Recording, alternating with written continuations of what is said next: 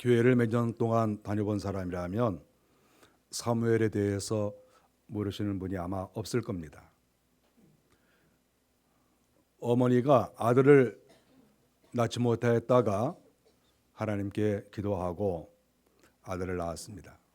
그 아들을 젖을 뗀 다음에 성전에, 당시에는 회막이지요, 회막에 그 아이를 하나님께 드려서 어려서부터 하나님의 집에서 성장한, 그리고 어려서부터 하나님의 음성을 들은 다윗 시대의 최고의 선지자 사무엘 선지자인 것을 우리가 다 알고 있습니다.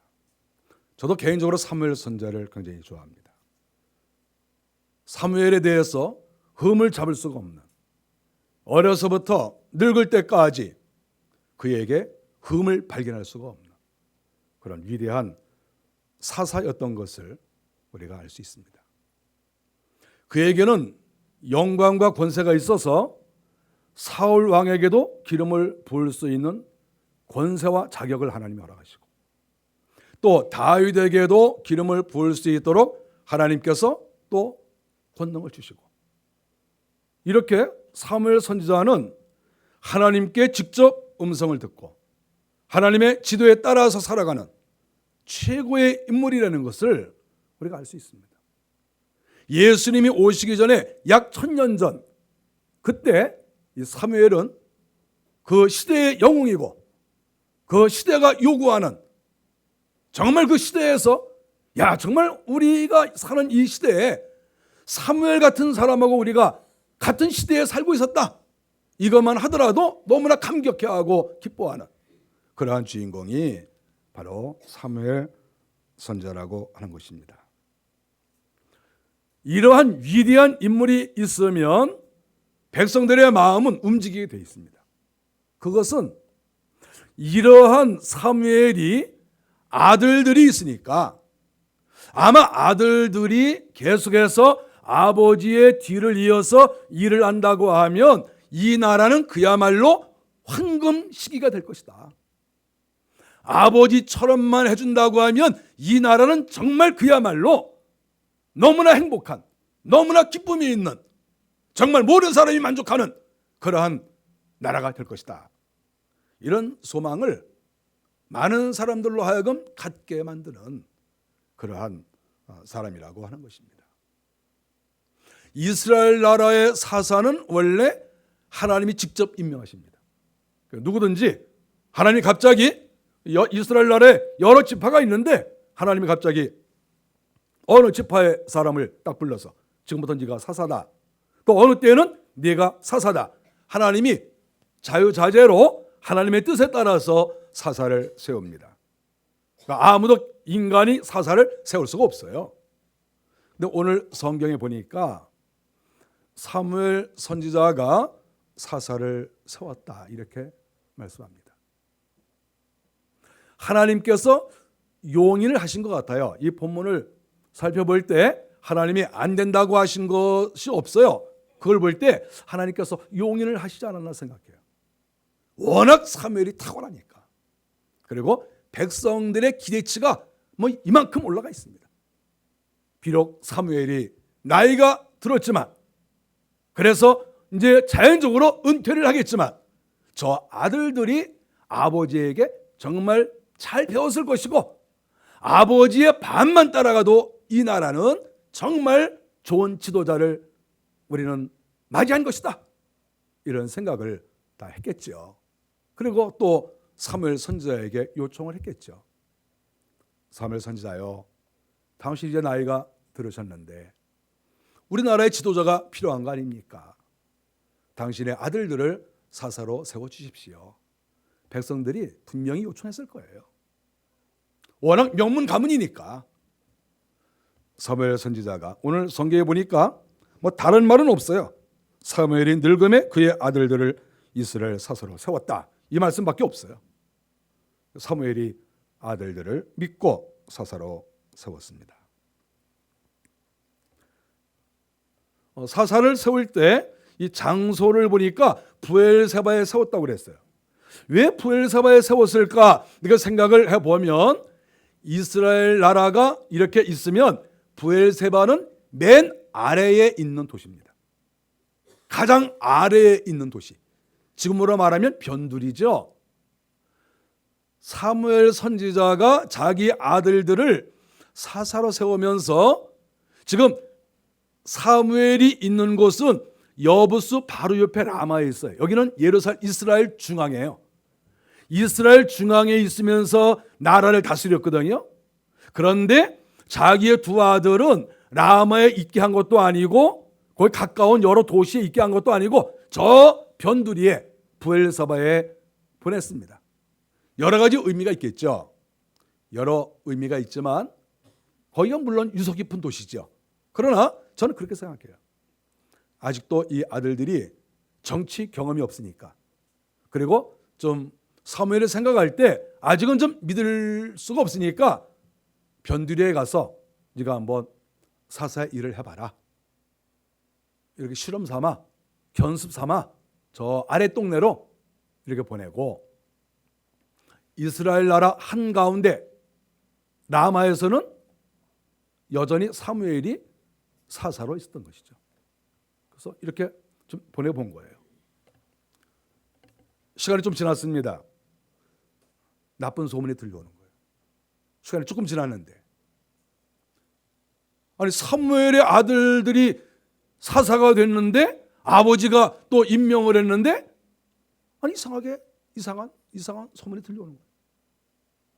그러니까 무슨 소문인가 가만히 들어보니까 이 사사는 당시에 재판을 했어야 돼요.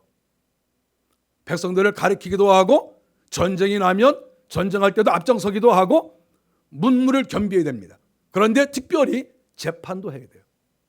그런데 성경에서 기록하고 있는 것이 뭐냐 하면 뇌물을 받고 재판을 굽게 했다는 거예요. 이 나쁜 놈이.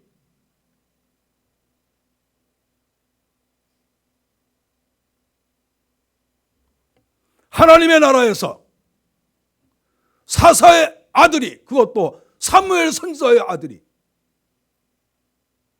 뇌물을 받고 재판을 굽게 해서 억울한 사람을 만들고, 이 재판을 굽게 한다는 것은 심각한 문제가 생기는 거예요.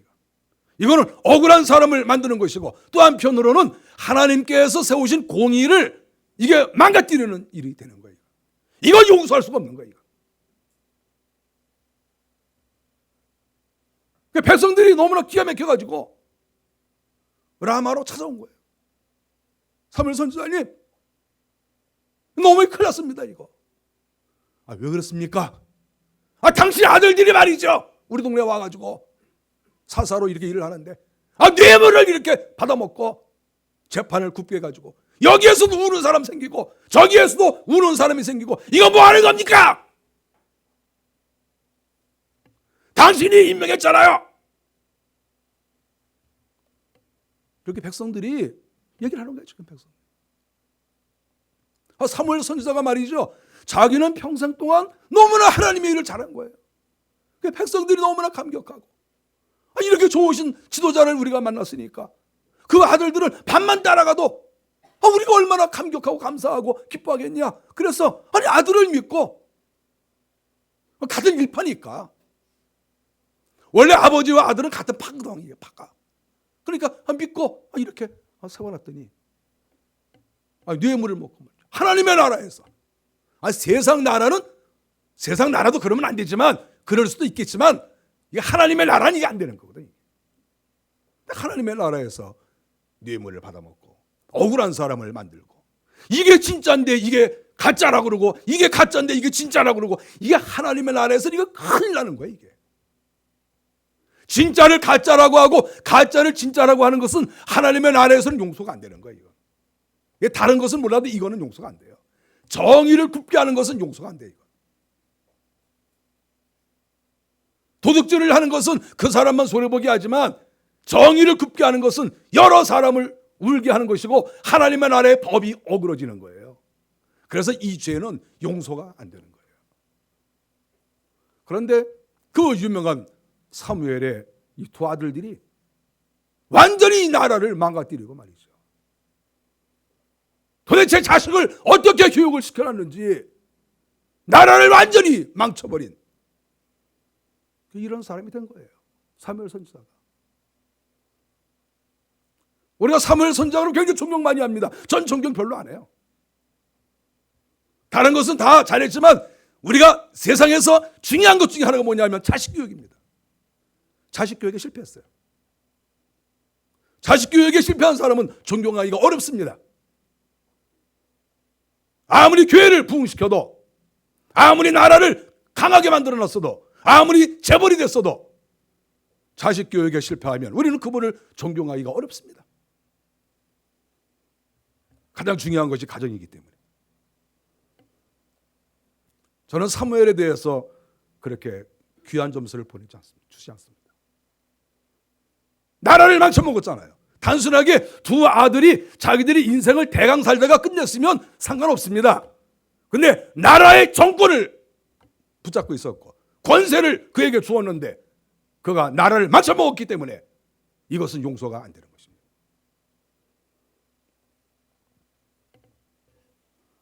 당시에 엘리 제사장도 홈리와 비나스라는 두 아들이 있었습니다. 그 아들 교육 잘못 시켰잖아요. 그래서 제사 제도가 망가졌어요. 하나님께서 분노하셨습니다. 나중에 홈리와 비나스도 전쟁터에 가서 죽었습니다. 하나님이 동정의 눈물을 흘리지 않아요. 잘 죽었다고 그랬어요. 왜냐하면 제사 제도를 망가뜨려 놨으니까. 바로 엘리가 누굽니까? 사무엘 선지자가 그 성막에 갔을 때 그때 대상이 엘리 아닙니까? 그러니까 자기와 동시대 사람이에요. 그런데 엘리도 홈리와 비나스라는 두 아들 교육 잘못해서 제사 제도가 망가지고 이스라엘 나라가 영적으로 흐려졌어요. 그래서 엘리가 죽었을 때 동정을 보내는 사람은 아무도 없습니다. 그런데 똑같아요. 아니 그 안에서 배운 그 사무엘이 자기 눈으로 똑똑히 보고 홈리와 비나스가 나라를 망치는 것을 두 눈으로 똑똑히 증발이 보고 있지 않았습니까? 사무엘이. 그래놓고 두 아들을 어떻게 교육을 시켜놨는지 뇌물 받아먹고 재판을 굳게 하고 억울한 사람을 생기게 하고 하나님께서 만들어 놓으신 제정하신 그 공의를 뒤집어 엎어버리고 하나님께서 분노하셨을 것이라고 생각합니다. 저는 성경을 보면서 당시의 이스라엘 사람들이 사무엘에게 와서 우리에게 왕을 세워주십시오 이렇게 요청을 합니다. 당신 아들들이 이 모양이니까 우리에게 왕을 세워주십시오. 저는 지금까지 예수를 믿으면서 우리가 성경을 연구하거나 수많은 목사님들이 설교하실 때 이 부분은 설교 잘 안 합니다. 그리고 이스라엘 백성들이 사무엘에게 와서 왕을 세워달라고 한 것이 잘못이다 이 말만 자꾸 하거든요. 하나님께서 분노하시고 그 빌미가 어디서 나왔습니까? 이스라엘 백성들이 사무엘 선지자에게 왜 왕을 세워달라고 얘기를 했습니까? 이스라엘 백성들 마음속에는 왕을 세울 마음이 없었어요.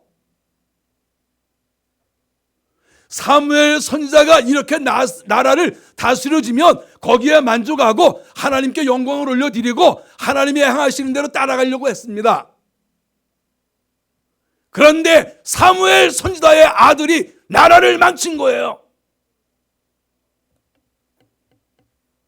그러니까 백성들이 견딜 수가 없어서 우리에게 왕을 세워주십시오 이 말이 언제 나왔느냐? 우리가 시기를 보십시오. 언제 이 말이 나왔습니까? 어느 날 갑자기 이스라엘 백성들이 왕을 세워주십시오 이렇게 말한 게 아닌 거예요. 사무엘의 두 아들이 사사로서 정치를 파괴하고 백성들을 억울하게 하고 공의를 망치는 이런 일이 있고 나니까 그때서 백성들이 나선 겁니다. 백성들이 아무 때 나서는 게 아니죠. 이스라엘 백성들이 아무리 신앙이 없고 못됐어도 아무 때나 데모하고 아무 때나 나서는 게 아니에요. 백성들이 그렇게 바보가 아니에요. 왜 백성들이 그렇게 나섰겠습니까?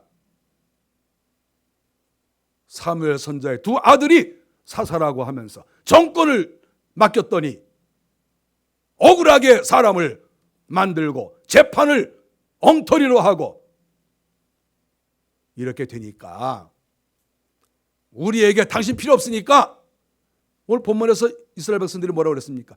당신은 늙었고, 이 말이 뭡니까? 충격적인 말이에요.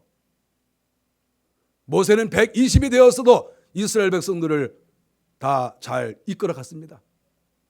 백성들이 그랬습니다. 당신 그만두세요. 그거예요. 당신 늙었으니까 그만두십시오. 당신 아들도 제대로 잘 관리도 못하면서 나라가 이 꼴이 되는데 그것을 관리도 못했는데 늙어 빠진 당신 그만두세요.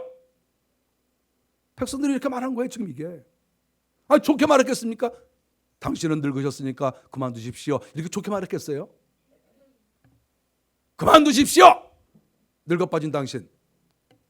단순하게 나이 먹은 것을 말한 게 아닙니다. 여기서는 당신이 그만큼 이젠 영적 능력과 나라를 다스리는 능력을 당신은 상실했습니다. 당신의 아들들이 이렇게 나라를 망쳐먹어도 이것을 해결할 수 있는 능력이 당신에게 없으니까 당신 그만두십시오. 백성들이 이렇게 말한 거예요. 그 말은 옳은 말입니다. 아무리 대사도 사무엘이라 할지라도 자식 관리를 제대로 못하고 나라를 바로 세우지 못하면 그만둬야죠. 사무엘은 별거 있습니까? 아무리 위대한 사도라도 나라가 이렇게 됐으면 그만둬야지. 사무엘에게 백성들이 그만두라고 했습니다. 그만뒀습니다. 그리고 당신 두 아들 반품합니다. 반품. 당신이 사사로 임명했고 당신이 훌륭하다고 세웠는데 반품. 당신 아들 자격 없습니다. 뇌물 받아먹고 억울한 사람 만들고 뇌물 받아먹고 정치하고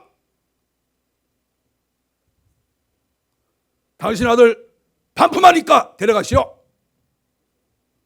백성들이 그렇게 얘기를 했습니다. 그리고 우리에게 새로운 왕을 세워주십시오. 사사 필요 없어. 왜 사사가 필요 없다는 말이 나왔습니까? 사사라고 하는 하나님께서 임명하시는 아주 아름답고 영적이며 너무나 소중한 직책 아닙니까?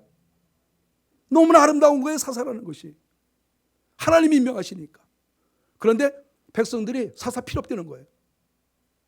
왜냐하면 하나님이 임명하시면 거기에 정말 영적이며 아름답고 거룩한 것이 나와야 되는데 거기에 거룩함을 상실했어요. 거기에 정의를 상실했어요. 그러니까 백성들이 거룩함과 정의를 상실한 사사 제도 필요 없다. 백성들이 거부했습니다. 하나님이 만드신 제도가 백성들에 의해서 거부됐어요. 그런데 하나님이 용납하셨습니다. 왜 하나님의 말을 들으셨습니까? 아무리 하나님이 제정하신 아름다운 것이라 할지라도 그것을 운영하는 자가 바르게 운영하지 못하면 그것은 망가져도 할 수 없습니다. 그래서 두 아들은 물러간 거죠. 사무엘까지 같이 물러갔습니다. 임명한 당신도 물러가시오. 당신의 두 아들도 물러가시오. 사사 웃기고 있네. 사사 좋아하네. 뭐 하나님이 임명해? 하나님이 임명한 것이 뇌물 얻어먹고 억울한 사람 만들고 뇌물 얻어먹고 개판치냐? 백성들이 그렇게 얘기를 한 거예요. 백성들이. 하나님은 무슨 하나님? 하나님이 임명했으면 나라를 이꼴로 만드냐? 백성들이 그렇게 얘기를 한 거예요. 백성들이. 하나님도 꼼짝 못한 거예요. 사사세조 제도를 하나님이 만드셨지만 이것을 바르게 운영하지 못하면 그거 없어져야 돼요. 그런 제도 필요 없어요. 백성들에게 도움이 되지 않는 제도 필요 없어요. 그거는 깨부셔야 됩니다. 가장 소중한 게 무엇입니까? 백성들의 백성들. 왜 백성들에게 소원을 입힙니까? 왜 백성들에게 불안을 끼쳐줍니까? 그것은 아무리 하나님이 만드신 제도라 할지라도 그 제도는 사라져 버릴 수밖에 없지요. 그래서 사사는 끝장났습니다. 그리고 원리는 아닌데 왕을 세우는 것이 원리가 아니에요. 하나님은 하나님께서 직접 이스라엘 나라를 통치하기를 원하셨습니다. 그런데 사사들이 잘 못하니까 할 수 없이 하나님도 포기하신 거예요. 그리고 사울을 왕으로 세웠습니다. 사울도 바르지 못해서 야단도 많이 맞고 사울도 부끄러운 일이 많죠. 하나님께서 명령하신 것을 잘 순종하지 않았습니다.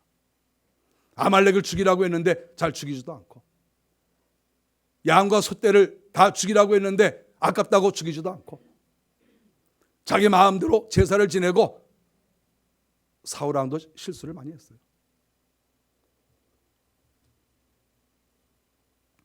그런데 저는 성경을 보면서 생각을 많이 했습니다.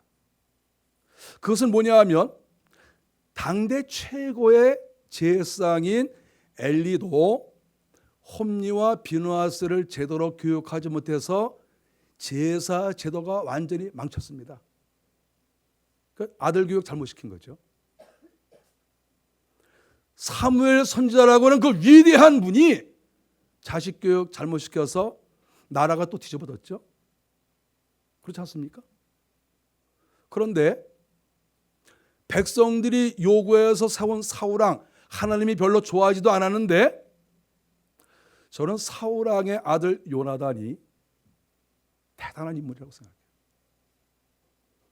요나단은 자기 아버지가 다윗을 죽이려고 하니까 아버지 편을 들지 않고 다윗 편을 들었어요.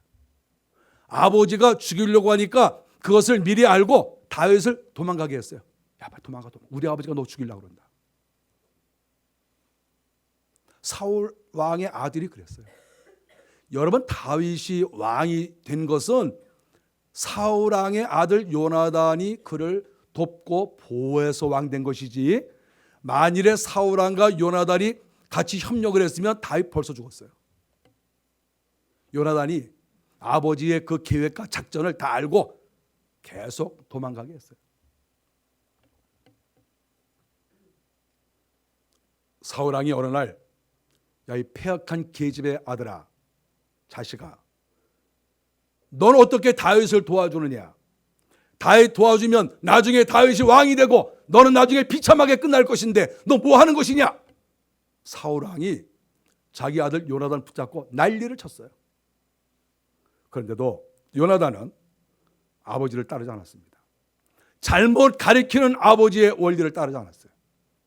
어떤 것이 공이고 어떤 것이 정이냐, 어떤 것이 하나님의 뜻이냐, 여기에 따라서 아버지의 명령을 거역합니다. 자기가 왕이 될 수 있는, 자기가 왕세자이지만 그러나 그 권한도 포기합니다. 자기의 이익도 포기합니다. 하나님이여, 하나님께서 원하시는 것이 무엇입니까? 내가 왕이 되는 게 낫겠습니까? 다윗이 왕이 되는 게 낫겠습니까? 다윗이 왕이 되는 게 낫겠습니까? 그러면 제가 그만두겠습니다. 하나님의 신실한 뜻에 따라서 요나단은 행동했습니다.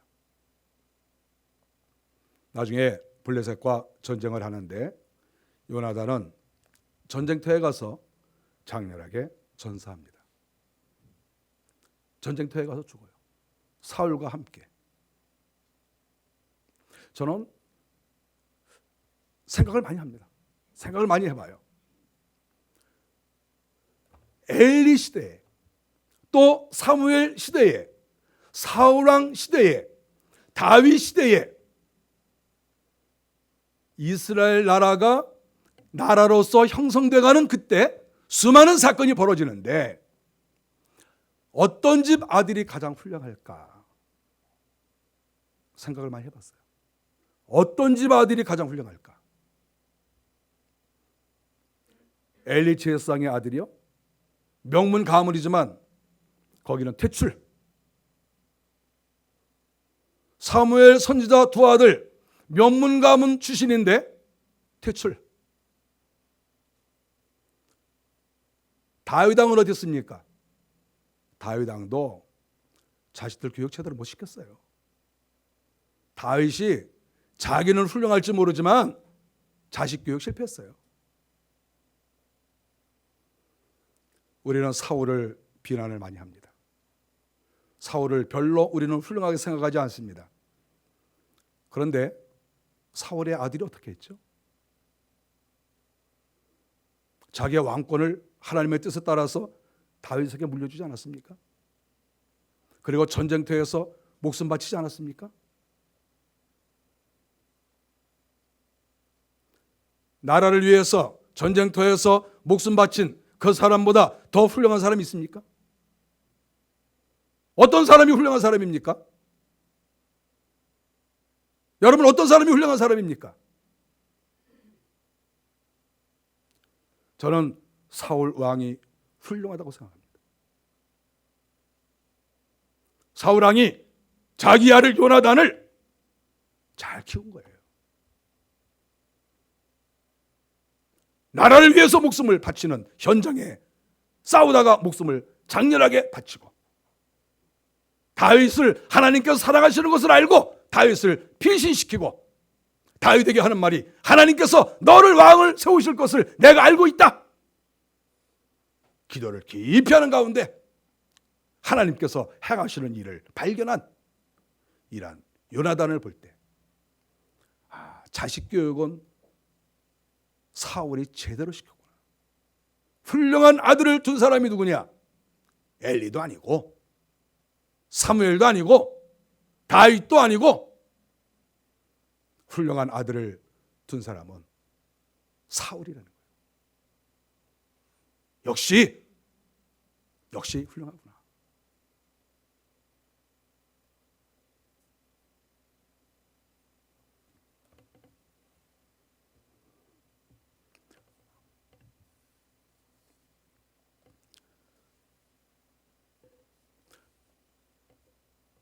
저는 이 가정의 달을 맞이해서 가정들을 생각해 봅니다. 제 가정도 돌아보고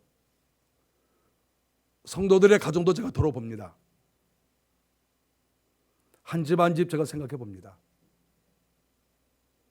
아무개 성도의 집은 어떤가?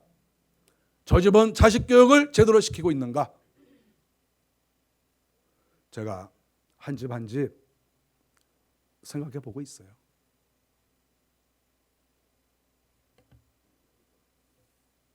명문 가문이면 무엇합니까? 자식들이 나라에 도움이 되지 않고 교회에 도움이 되지 않는 그런 자식 키우면 무슨 그 가정이 명문 가문입니까?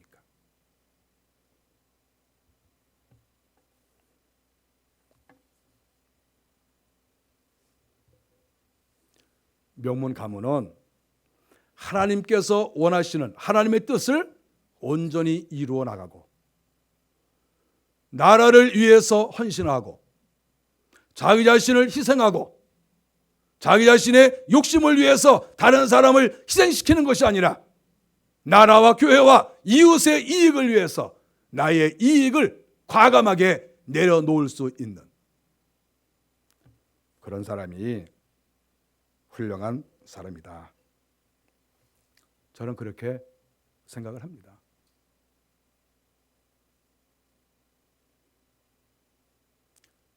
이 세상은 마귀의 역사하지만 그래도 결국은 하나님의 나라예요.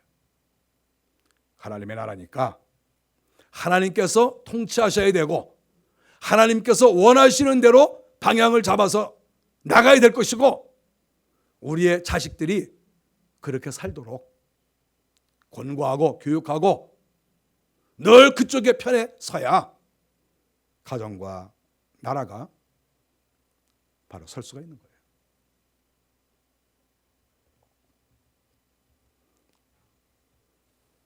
선거 때가 되면은 요사이는 그런 게 없지만 옛날에는 고무신도 갖다 주고 바카스도 한 병씩 한 박스씩 나눠주고, 아마 여기에 제가 알기로는 바카스 한 병, 혹시 고무신 하나씩 받은 분이 있는지 모르겠어요. 그러니까 요새는 아닌데 제가 이렇게 한 20년 전에는 목사님들 회의 있습니다. 그래서 뭔가 그래서 모였더니 고무신 한 짝씩 나눠주는 거예요. 그리고 누구 찍어주십시오. 아니, 목사들이 누가 찍어달라 그러면 찍어주고 그러는 수준입니까? 문자에다가 맨날 보내가지고 누구를 찍어야 된다 그러고, 내가 그 말 듣고 찍게 생겼어요. 내가 그 사람들 말 듣고 내가 대통령 선거하고 그러게 생겼습니까? 나한테 문자 보낸 분! 내가 그거 보고 찍게 생겼냐고! 누가 돼야 된다, 누가 돼야 된다.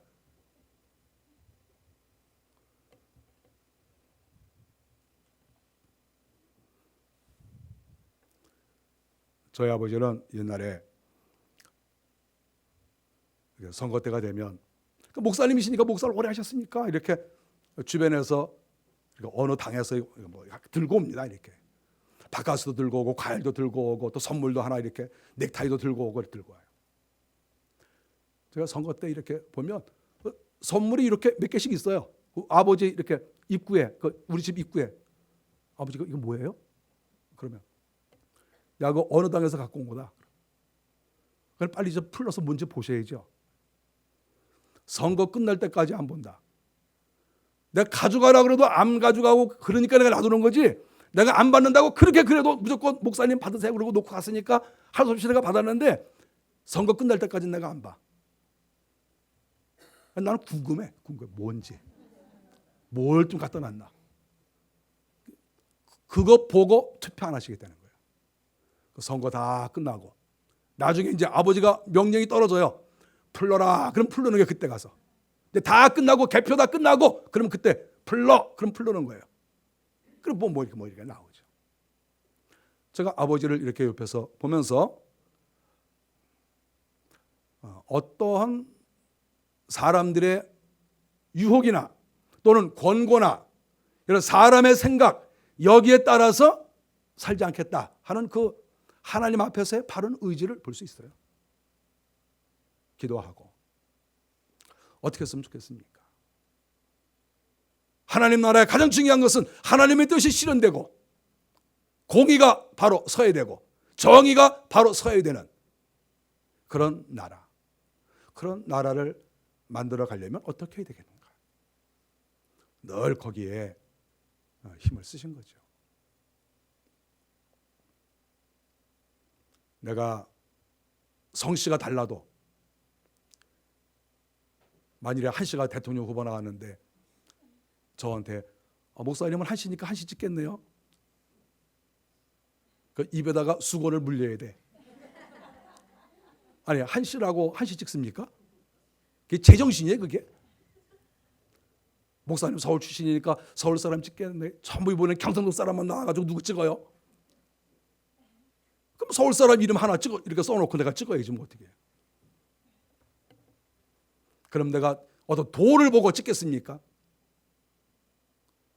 우리가 그런 수준입니까?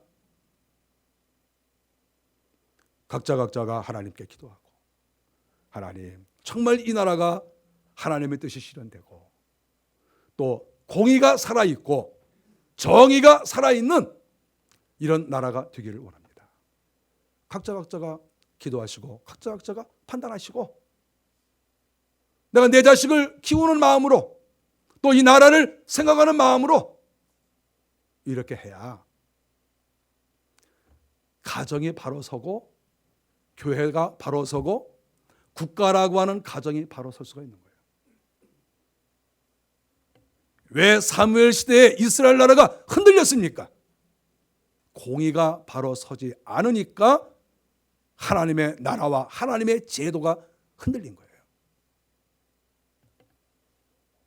그래서 사무엘 선지자는 성경에 보니까 라마로 돌아가니라 이런 말씀이 나오는데, 저는 이 말씀을 보면서 사무엘의 은퇴로, 퇴장으로 저는 생각합니다. 라마로 돌아가니라. 사무엘상 15장 34절의 말씀.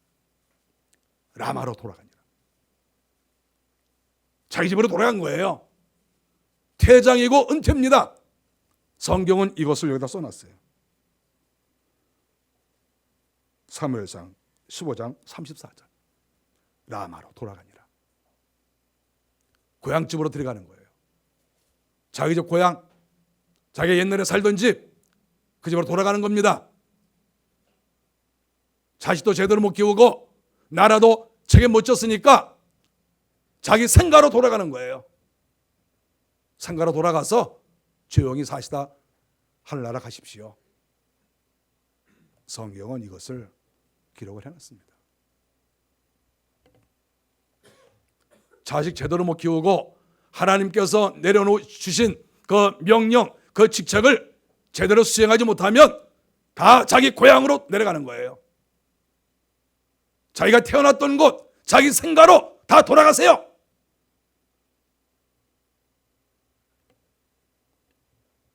우리 하나님께서 하나님의 나라를 위해서 귀한 직분을 세워 놓으셨으니까